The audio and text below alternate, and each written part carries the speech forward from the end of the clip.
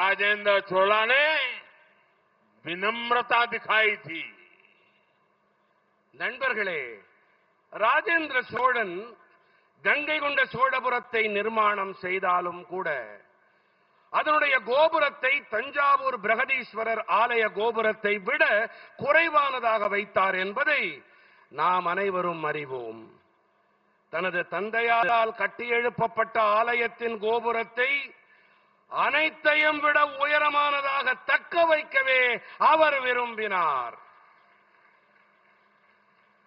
தனது மகத்துவத்திற்கும் இடையேயும் கூட ராஜேந்திர சோழன் மிகுந்த பணிவினை வெளிப்படுத்தினார். आज का नया भारत इसी भावना पर आगे बढ़ रहा है। हम लगातार मजबूत हो रहे हैं, लेकिन हमारी भावना विश्व बंधु की है, विश्व कल्याण की है।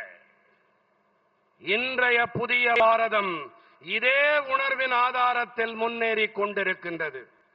நாம் தொடர்ந்து பலமடைந்து வருகின்றோம் என்றாலும் கூட நமது உணர்வுகள் உலகத்தின் நண்பனுக்கானவை, உலக நலனுக்கானவை.